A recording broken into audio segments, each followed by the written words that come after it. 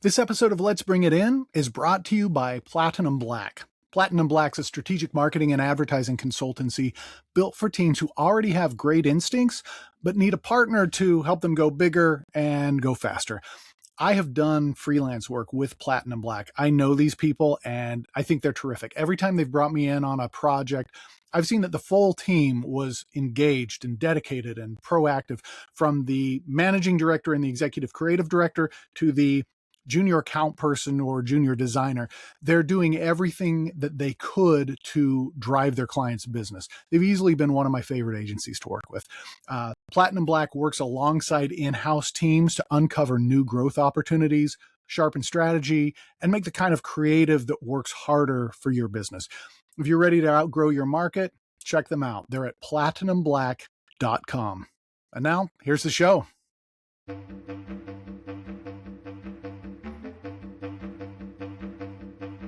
This is Let's Bring It In, the podcast about creative leaders who are doing great work in-house. I'm Greg Christensen, and my guest today is Emma Baines. Emma's the global head of creative for Tony's Chocolonely. And Tony's is one of my absolute favorite companies because they not only make an amazing product, they have a clear purpose. They're on a mission to end exploitation in the cocoa industry. In fact, Emma will tell you they're not a chocolate company, they're an impact company that makes chocolate. She covers the full spectrum of rage quitting to nice as a leadership strategy in this episode. I love this conversation with Emma. I think you will too. Let's bring it in. Emma Baines, welcome to Let's Bring It In. I'm so glad we could make this work. Thanks for being here. Thank you for having me. I heard that I might be the first international guest. Is that still correct? You are the very first. You're in Amsterdam right now. Is that right? Just outside, but yes, the Netherlands, Amsterdam. Okay. And you've been all over too. You've been, you've been in the UK, you've been in Berlin, you're in Amsterdam. Now we'll get into that in a bit, but I want to introduce you. You are the global head of creative at Tony's Chocolonely. Do I have that right? I am. That is me. Well, so before we dive into you and your creative journey, I really want to talk about Tony's Chocolonely because I've been a fan for years, and I know it's not just a chocolate brand. I know it's much bigger than that. So for any of our listeners who may not yet be familiar with it, can you talk a little bit about what Tony's is doing in the world of chocolate? Absolutely. So we actually describe ourselves and call ourselves an impact company that makes chocolate and not the other way around. And why that's important to us is because our mission is to end exploitation in cocoa. And so everything that we do, that is our North Star. So every piece of marketing, creative, every decision that we make across the business, that is our collective goal that we are aiming to achieve, really. Frankly, I just think that's cool to be so mission driven and have such a purpose and also be about chocolate. I mean, it's I think sometimes when we think about mission-driven companies, we might think of, I don't know, Amnesty International or the Red Cross or, some of these big global agencies that, you might consider, well, they're human rights driven. I mean, you are human rights driven in large part, right? I mean, ending exploitation in chocolate. Totally. And that's exactly what we're aiming for. I think what's really interesting, if I cast my mind back to sort of, I don't know, like 10, 15 years ago, I remember when this idea of purpose came into play, and suddenly I was agency side at that time. And suddenly every brand in the world wanted to have a purpose. It was sort of, everyone was like, every brief was find our purpose, or, give us a purpose. And it just felt so strange to be receiving those kinds of briefs. And then, fast forward 10, 15 years, and I'm actually working at a company that has that at the absolute heart and why the company exists in the first place. I'm not sure if you know that story, and I can go into it, but please do. Yeah. It's so interesting, right? So Tony started actually by a Dutch journalist. So what a lot of people don't realize, me included, because I first came across the brand in Germany, in Berlin. And what I never realized is that it is a Dutch company. I think a lot of people think it's either American or British. But it was started by a Dutch journalist called Toon van der Koken, and there was a couple of other people as well there. And it all started via a documentary. So, a documentary for a news company that was on the shape or the status of the cocoa industry. And so, these journalists went to West Africa and they sort of saw on the ground there, as whilst they were making their documentary, the exploitation that was taking place. So, that is child labor, you name it, it's happening. So they came back, and we have this saying like, see it, say it, do something. A bit like we've got this British saying in the UK for the tubes that see it, say it, sort it. And it reminds me a bit of that. Toon van der Koken, so he saw something was going on and was like, do you know what? This is not okay. There are children being exploited. These working conditions are just not good. And also that we in the Western world can go and enjoy this really delicious piece of chocolate, but actually, it's at the cost of others. He saw that and thought, I can't turn a blind eye. So he had a go at he called the police on himself because he thought that this was such a horrendous thing that was going on in West Africa. And he was like, do you know what? I'm contributing to this by eating chocolate. So he called the authorities on himself. And there's this very famous video where he does so. And he tries to get himself arrested. And you can imagine how that conversation goes, right? It's like, I'm going to be arrested because I've committed a crime of eating chocolate that is made through exploitation. And this woman doesn't really know, the operator doesn't really know what to do on the end of the phone. And so the phone call ends. And he hasn't achieved anything. So then he ends up trying to take himself to court over it as well. So he's tried like 3 times. It starts with documentary, it goes to a phone call, and it gets into court. And the judge throws it out because you can't, if they convicted him, you would have to convict every single other person that had ever eaten chocolate, which of course is most of the Dutch national, most of the Dutch nation, let alone the world. And so basically Tony's was born out of this story because Toon van der Koken was like, do you know what? Fine. I'm going to prove to you that this can be done. You can make ethical chocolate. And that was the starting point of Tony's Chocolonely. I hadn't heard that story. That's pretty amazing. That's really fantastic. It is. And I just, to have something like that, and I just hark back to what I was just saying about companies with purpose, to have that at the heart of your brand. I mean, it is so special to be able to have that as the foundation, and knowing that every day you get up and, put on your creative hat and go to work and think up ideas to support that is just, it's so special. And I've personally, I've been agency side, I've worked for another brand in-house as well that didn't have kind of that same level of mission. And it really is quite something to have a purpose like this. Well, as the head of global creative, where do you see the mission of the company and the creative work intersecting? What's your point of view on that? So we talk a lot about this. There's Tony's Chocolonely, the brand, and then there's also Tony's Open Chain, the brand. And the two coincide. We say we collaborate on cocoa and we compete on shelf.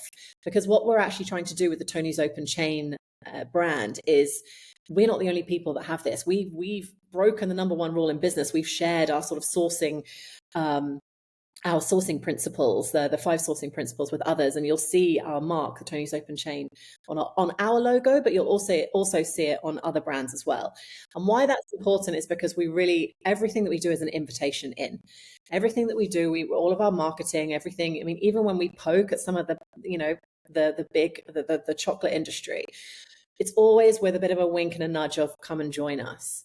And so from a brand perspective, we're always trying to get that balance right, because whilst I think as we started as a startup, it was very easy to play the David and Goliath game of, well, you're Goliath and we're David. You have money, we don't. You have market share, we don't, and all of that. But over the years, and we've actually been going 20 years in the Netherlands and 5 to 6 in the UK and the US, but over the years, we sort of build up more and more market share, and we've become more of a competitor in that landscape. Obviously, not so much on the marketing budgets, but one can only hope. But that is a big part of our kind of strategy and brand. Is like, okay, we can no longer play the David and Goliath. We're too big now. We're having too much of an impact. That's why we've shifted, and to try and make that balance in terms of, we want to invite people in. Actually, to help us end exploitation in cocoa, we need the big guys to come in and join us. We need the rest of the chocolate industry to come and source in the way that we do. And that would make us such a huge difference. So by, throwing stones isn't going to help us achieve that. So that is really at the heart of all of the kind of marketing decisions and creative decisions that we make as well, from a brand point of view, always taking into consideration what's going on the Tony's Open chain point of view. And so whilst it's highly complex, it's also a really exciting challenge for us. How do you create noise, and how do we cut through when we can't cut through with money? So we cut through with creativity, and we have a lot of fun in doing that. I think you can see from some of our previous campaigns, you're probably familiar with, but we did a campaign in Germany back beginning of last year, which was the fair alternative. In German, it's fair alternative, and essentially positioning us and Tony's the solution to the bitter truth, and where we essentially wrapped and created beautiful wrappers for our own chocolate that emulated other brands, to say, hey, we can do it. You can make great tasting, ethical chocolate. And that's something that we're really trying to achieve. What are some of the other creative? I'm curious because some of this stuff I imagine hits the U.S., but some of it might hit Germany or other markets in Europe. What are some of the creative examples that you've done for Tony's Chocolonely that you feel are particularly, I'm sure they're all brand centric, but the ones that really stand out to you? I think it goes back to the first ever piece of creative that was ever created for Tony Chocolonely, which is the bar itself. And our bar is actually our logo. And so we are synonymous. You will know, we're known for that the red logo, our red bar. Everything is important, the way just that bar feels as well. And I think if anyone's listening to this and has held a bar in their hands, you'll feel that it's chunky. The paper is not shiny. We really wanted to make sure that we stand out on shelf. But more importantly, the decisions that were made around that bar were, back in the day, red was actually for dark chocolate, and red is our milk chocolate. So we were kind of quite different from the bit disruptive from the get-go, but also because red was the disruptor. It's a sounding alarm. It's like, buy this bar, but there is a problem. Everything down to the name as well, Tony Chocolonely. A lot of people forget that or don't even realize, Greg, that we're Tony Chocolonely, not lonely. And the reason why we're lonely is because we are one of the only brands out there trying to do good for on the ground in West Africa from the cocoa farms. So when Tone first set us up, we felt very lonely about that.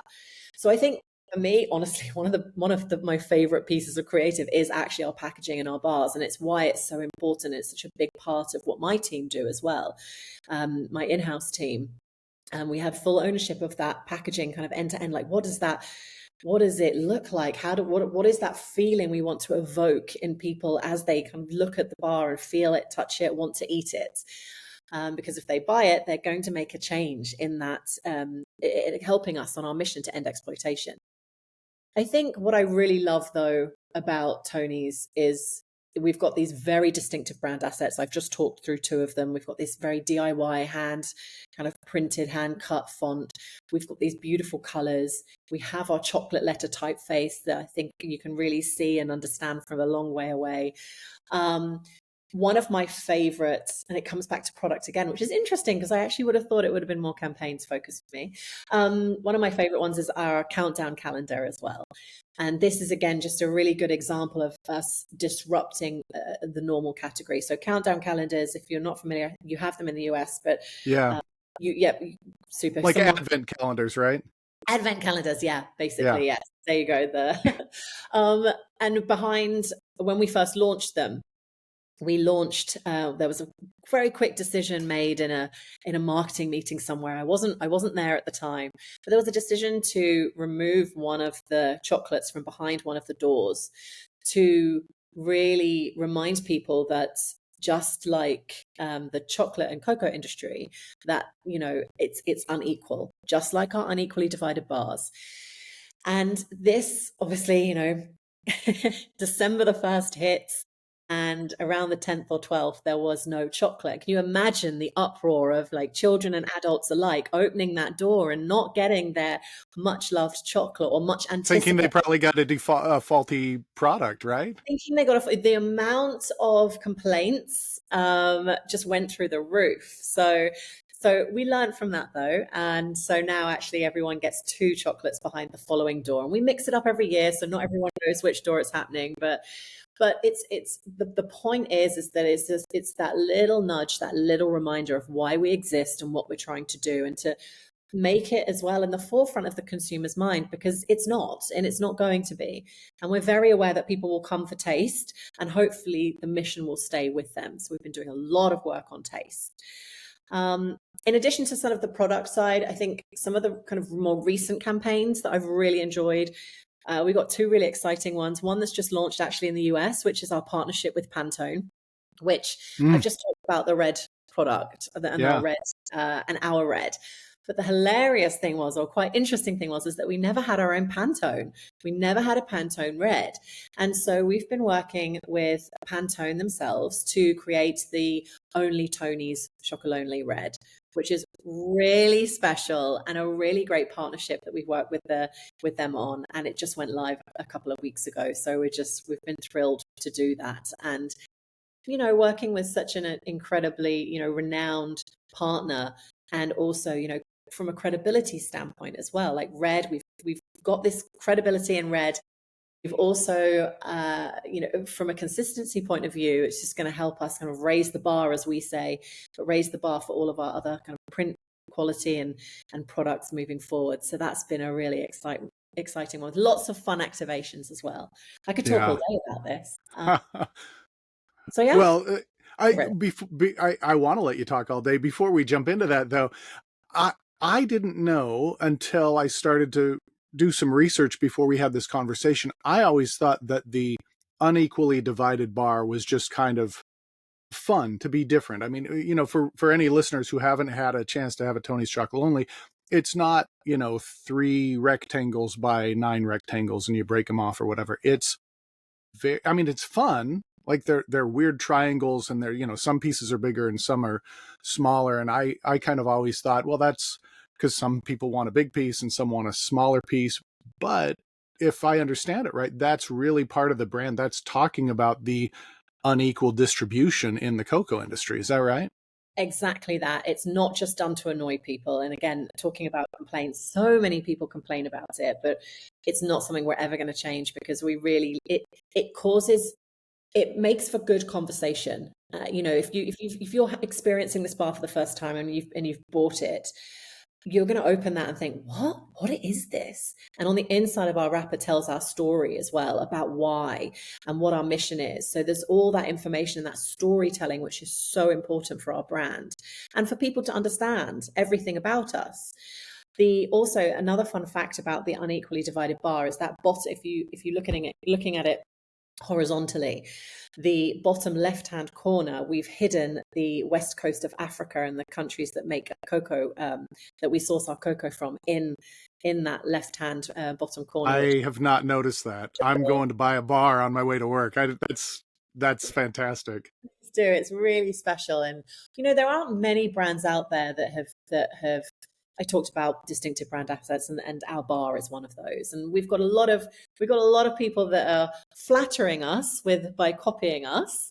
The only thing we would ask is, come and join Tony's Open Chain. But no, it's super smart, super clever.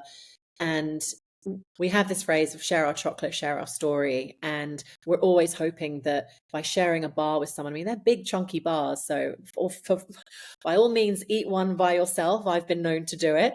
But if you want to share as well, and like you said, Greg, like breaking that off, it's difficult, and you never know what size chunk you're going to get. And that's part of the fun and part of the conversation, that maybe next time when you receive that bar or you give that bar, you will have that conversation as well and tell our story. So another really clever way of marketing and getting other people or inviting others to tell our story as well.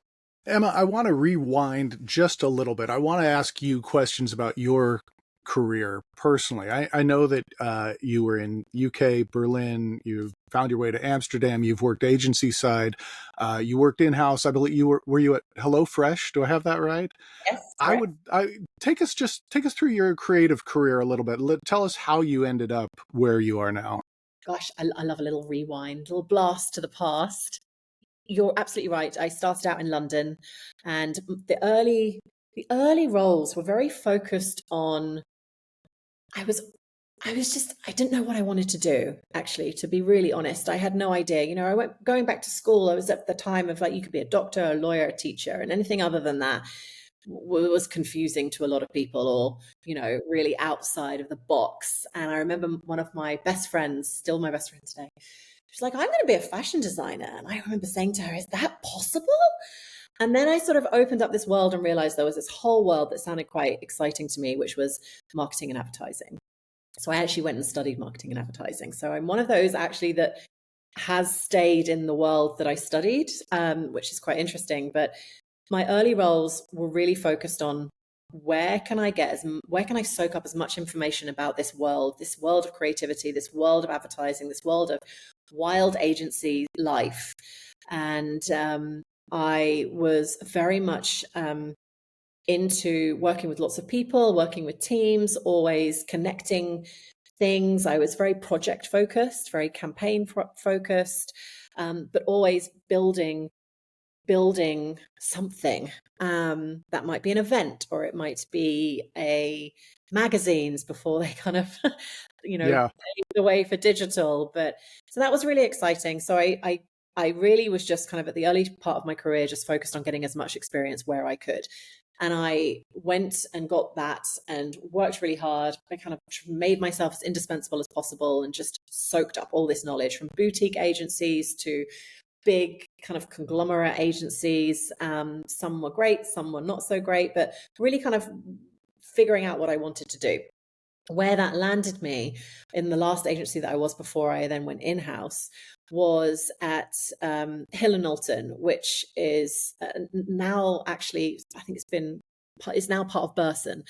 But there I was working in an in-house, almost like an in-house agency within a wider PR agency, which was just so exciting. And so, how we had all the clients almost in the building, because the way in which we service clients was in their sectors. So there was a sports sector, there was a finance sector, there was a health sector. And so we had them all in the building, and it was so exciting. They would, briefs would come in, and we would just be working on these amazing clients, and really exciting. And that was where I really kind of loved working on brands, and also always with people, connecting people. I always saw myself as like the glue that would go, right, okay, I'm seeing patterns, I'm seeing connections, I'm seeing, like, I know how to get that done. I'm going to pull in these people. And by that point, I was the studio manager and the creative studio manager running the studio, and absolutely loving it from the project side, from the people side, but also wanting more.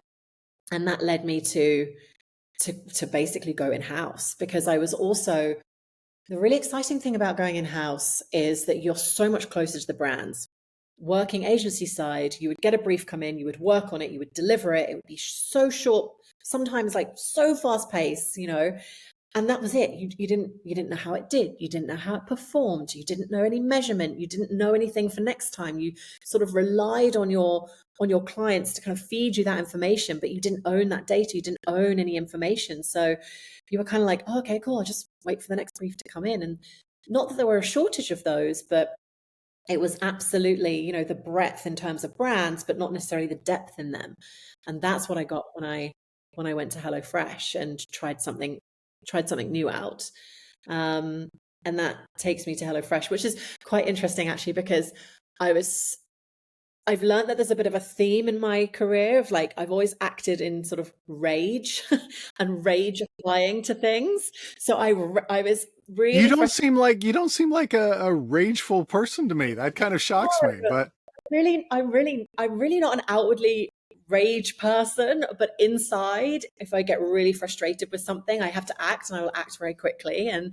And throughout my career, whenever I've left somewhere, it's because I've been pushed too far, or I've let something go too far. And I was overlooked for a promotion at that particular agency, and I was so angry and I was so mad because when you've kind of been doing the work already, you've been doing it, and you're like, wait, what? I didn't understand. And I just got told, there's a really pivotal moment in my career actually where I was told, you didn't get the job, but the chief creative officer thinks you're really nice. And that was when I was like, yeah, and I was sort of standing there like, right, then the rage hit, and I was just like, no, I'm done, I'm out. Yeah. I left 2 months later because I had rage applied to HelloFresh. And in that rage application, I I totally didn't see that the job was based in Berlin. And so when I get on this phone call with them, and they're like, hey, yeah, great. It's a screening call, as they always do, with HR. And they're like, so great. And how do you feel about moving to Berlin? And I was like, yeah, sure. Not really knowing that actually that would be the catalyst for me moving literally about 4 months later and upping my whole life in London and moving to Berlin for 3.5 years. So that gets me to HelloFresh, which was a ride.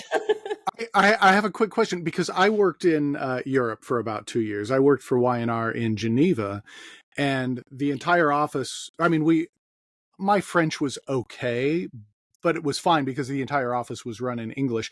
Did you speak German when you went to Berlin? Was the office in German? Was it English? How did that work? Because international markets and business are always fascinating to me when there are multiple languages spoken under one roof. Totally. And I have the utmost respect for anyone that can do business in two languages as well.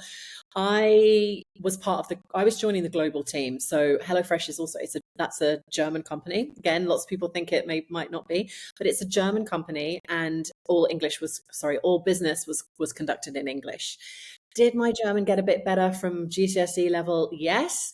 But I never had to use it for my work. So that was, a bit of a blessing actually, because I wasn't very good at it. But it's the same with Tony Chocolonely. So it's again global team.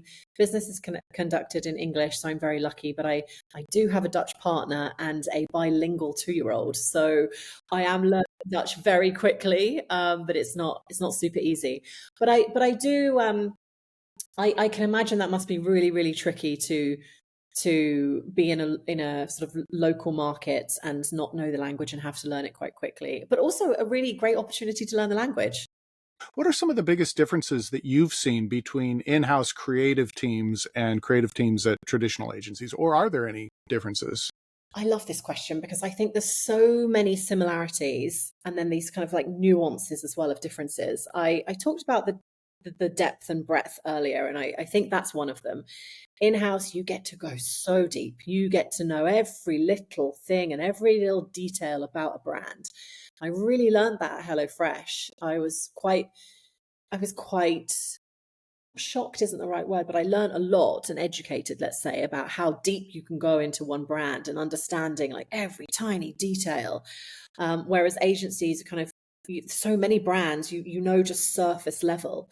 And actually, the best partnerships I find between, we call them creative friends, but creative agencies and brands are when both are bringing to the table their expertise. So from the brand side is that depth of knowledge, that those insights that you can't make up. They're just, you bring those to the table, and the knowledge of the brand as well, and the context of the business. And then the agency side, which is we're going to bring some fresh air, some fresh perspective. And have you thought of it this way? Which of course, that's not the downside, but the challenge of working and only focusing on one brand is you become like blinkered, So I thought that was really super interesting. I think speed and agility in-house is again, you could say that for both agency side and in-house. Where the nuance is there is that we do a lot at Tony's, we do a lot of newsjacking.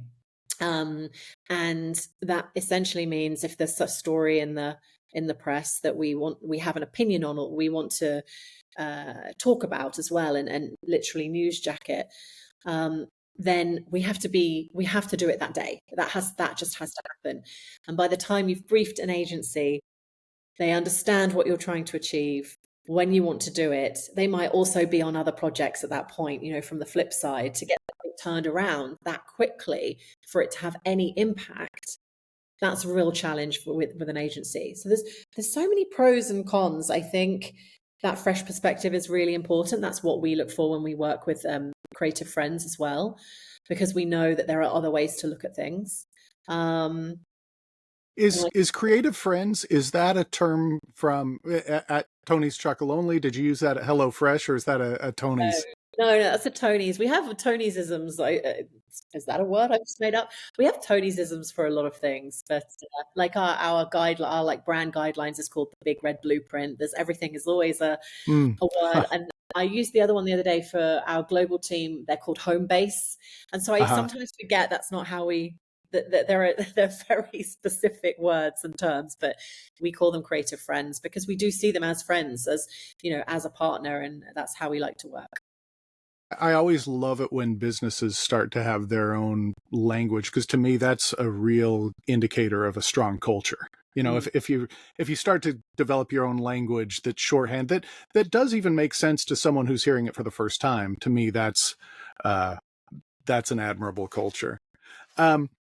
So with Tony's, do you work with, so you have creative friends, so you have traditional agency partners that you sometimes bring in, or do you have, I guess, what you might call an agency of record? Do you have people creative friends that you work with? And then how often do you bring them in, and what drives the decision to bring them in?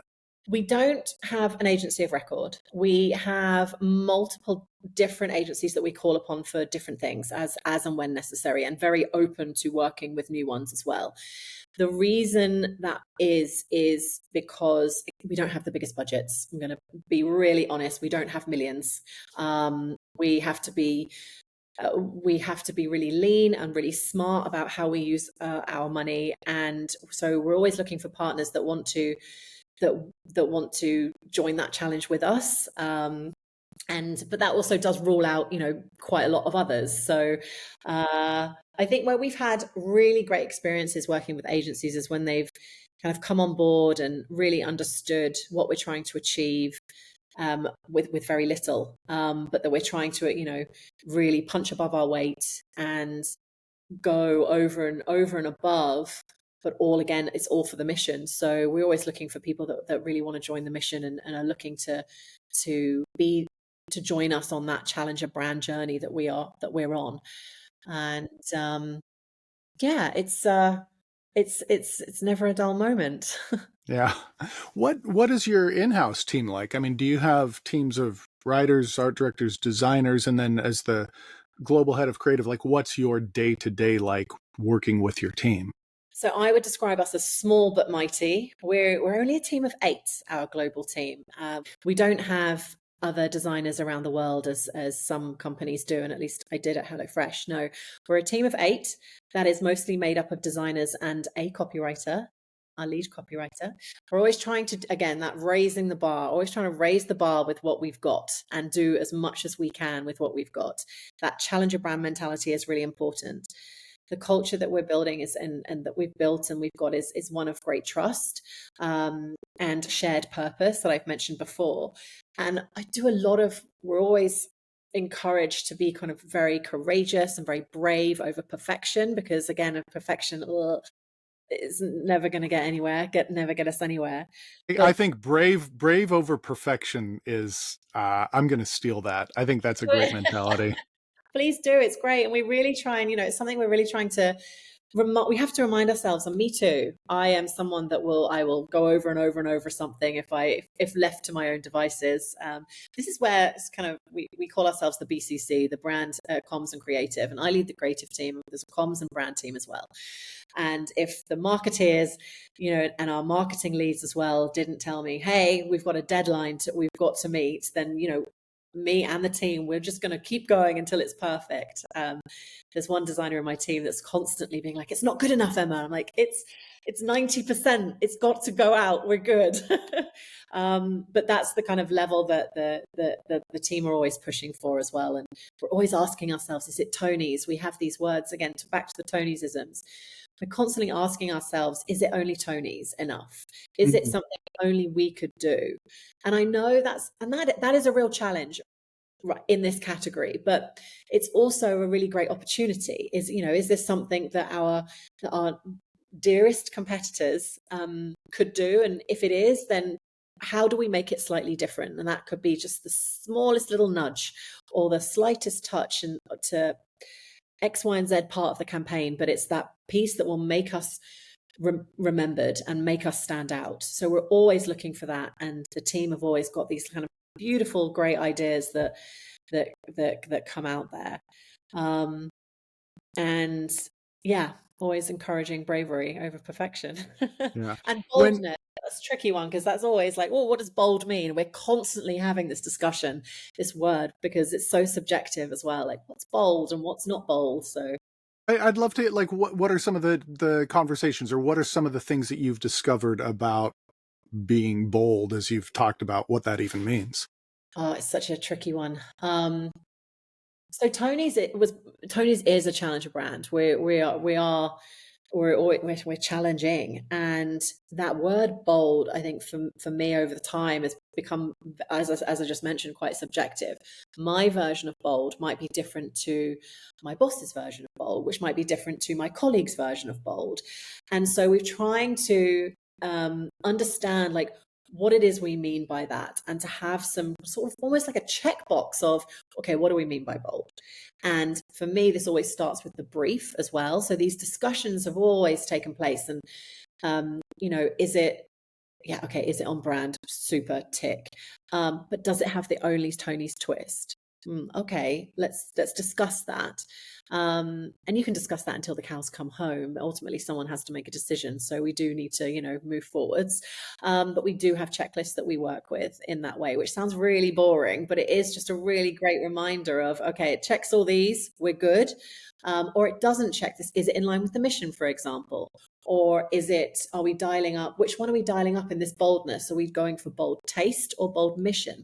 That's a big discussion we've been having, Greg, Hmm. recently as well, given that we know, I think I mentioned it earlier, but we know that people are more likely to really find out about us or come to us for the taste of good chocolate. And we Yeah. taste great.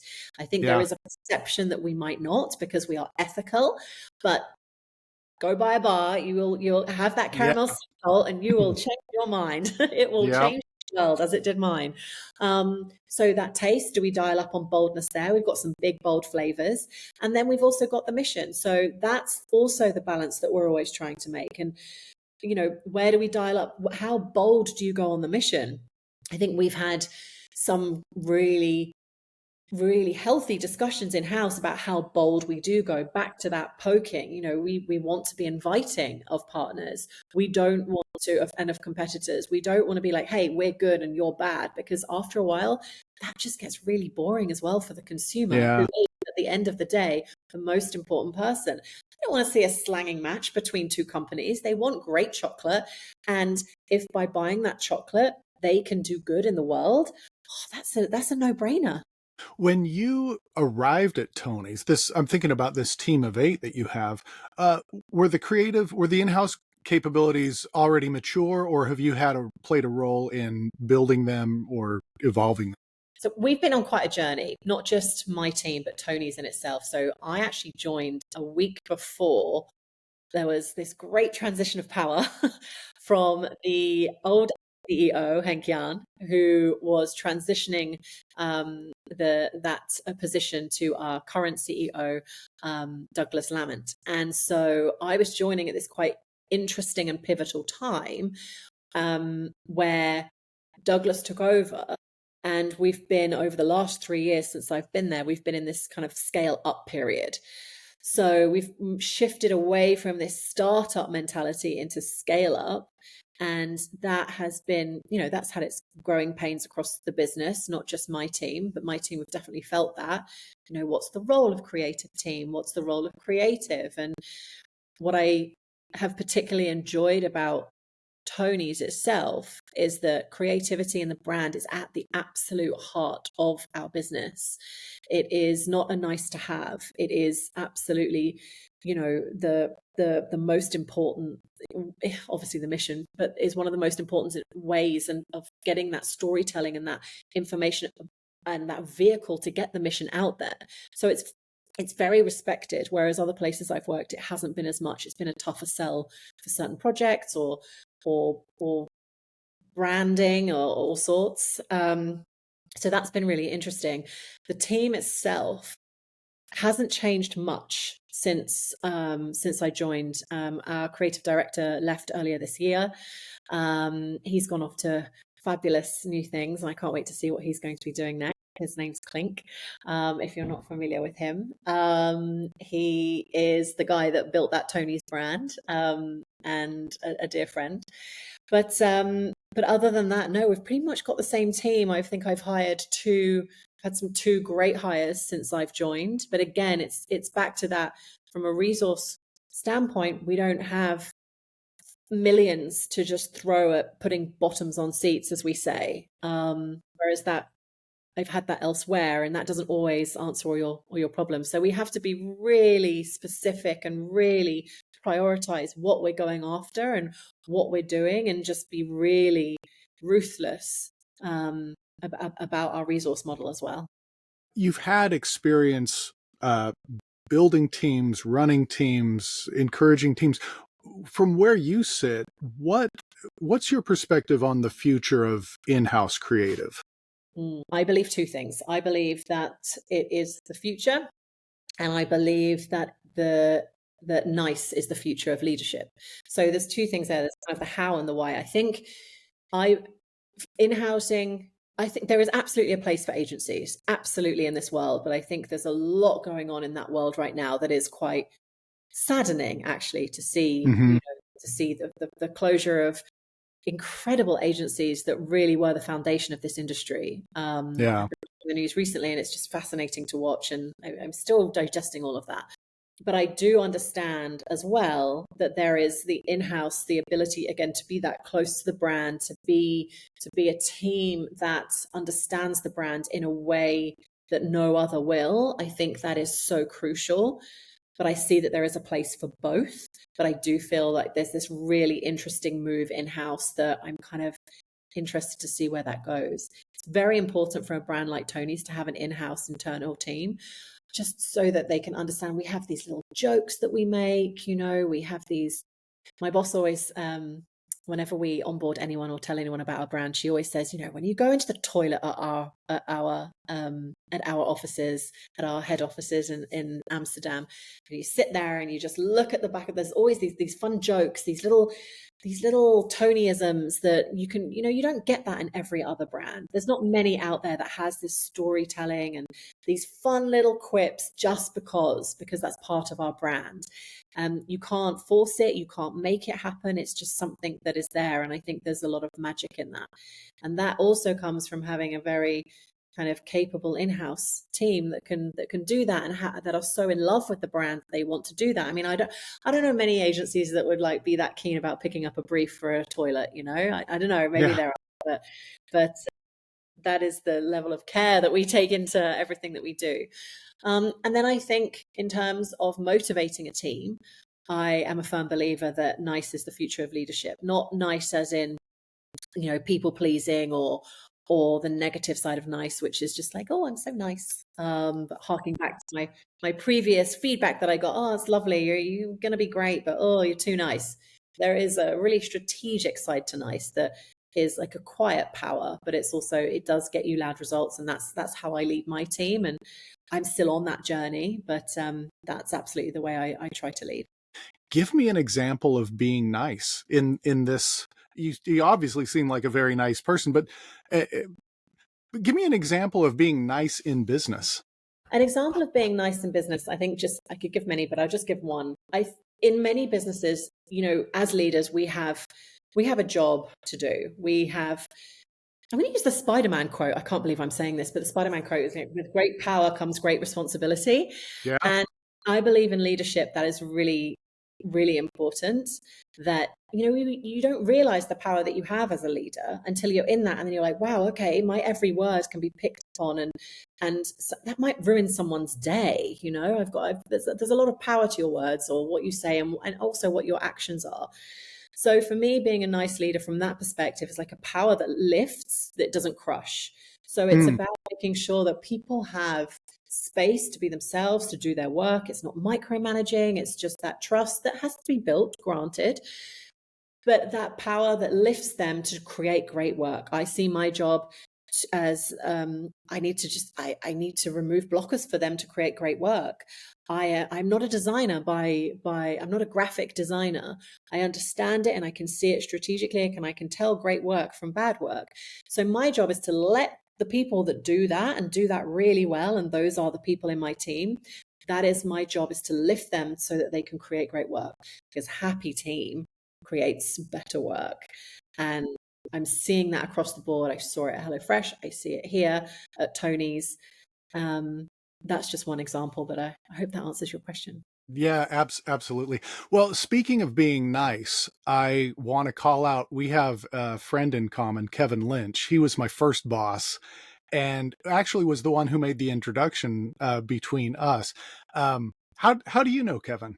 Kevin, oh, what a babe. Kevin, I met because I think he had just left Oatly, and he got in touch with Clink, who was our creative director at the time. And he got in touch and was like, hey, can I come and intern with you guys? And we were like, hang on. I was like, I love this. This is knowing Kevin, and I don't know him as well, but knowing what I know about him now, I'm like, this is so classic Kevin.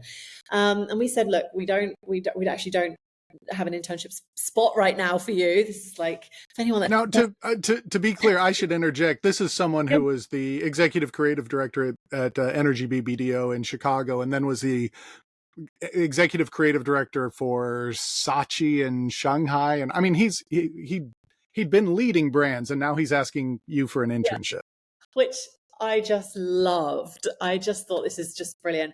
We didn't hire him as an intern, but what we did do instead is and I would have loved to, but we got him in to do a workshop with the team, and instead, which was just so brilliant. The team were just so thrilled to have Kevin here from Oatly. We just refer to him as Kevin from Oatly. That's his name. He doesn't have a surname. He's Kevin from Oatly, and it was amazing. And people still talk. This is probably 2 years ago. People still talk about that workshop because he got us to think so differently. And there's a lot of similarities between how Oatly run their brand and how Tony's, how we want to show up in the world. And, we're always they've always, keeping an eye on them, seeing what they're up to. And so that's how I first met Kevin. And I was like this massive fangirl. Me and my colleague, Julie, who's the global head of brand, we were like, can we have a selfie? And it went on LinkedIn, and I was just, he's a wonderful human being, and he is nice, is how I would describe him as well. And I love. His episode is worth listening to. I think he's like you. He's nice. He's fun to talk to. He's got some really interesting stories. Is there anything that we didn't cover that you want to talk about, or any advice that you would give to anyone thinking about breaking into not just the industry, but specifically the in-house side? I can leave with some advice. I do think one of the best things you can do, a lot of people ask me, how do I get where you are? And it's a lot of younger people who are looking to break into this industry. And whenever I say, oh, I worked really hard, it seems quite a shock. Seems quite a shock to people. And now I'm not saying like work hard, have your boundaries, but just going back to what I was saying earlier, be indispensable, show your value really early on to the company that you're in, or the company that you're interviewing for, because if you are that person that shows up and you're at the forefront and you're the top of that person, the person either hiring you or the person, your boss, like if you're at the top of their mind the whole time, that's going to be really important for you. It's going to open up opportunities, because when those opportunities come along, someone's going to go, oh, do you know what, who would be great for that? Is that person who shows up, that person who went that extra little mile. I think that's that's a really kind of key part of the opportunities that I've had and taken have been because of that. And I think as well, going in house, be ready to wear multiple hats. I think that's also one of the biggest differences from agencies. Agencies, you've got very clear roles: account director, creative director, senior designer, and you'll have your specialisms. In-house, and especially one that is mission driven like Tony's, where we don't spend money lightly. If it's always we think about it, we don't flitter it away. So therefore we're gonna be really, you've got to just wear many hats. You might be strategy one day, you might be executing the next. That's going to be really, really important. And if creativity isn't at the heart of your business, I would just encourage you every day, just keep fighting the fight and advocating for it to be.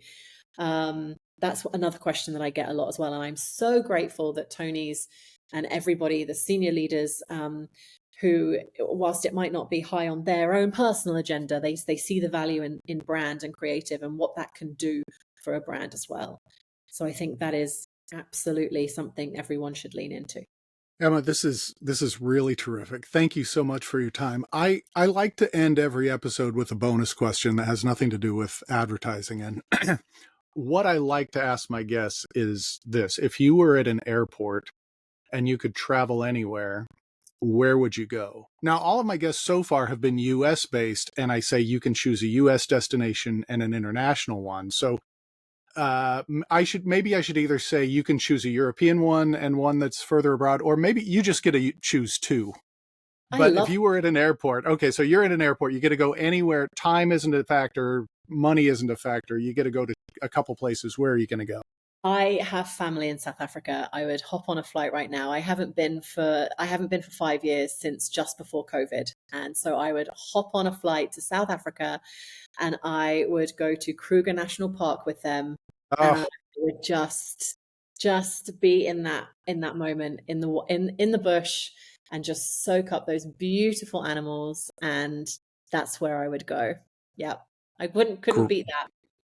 Okay. That's, man, that makes me want to reorder my list.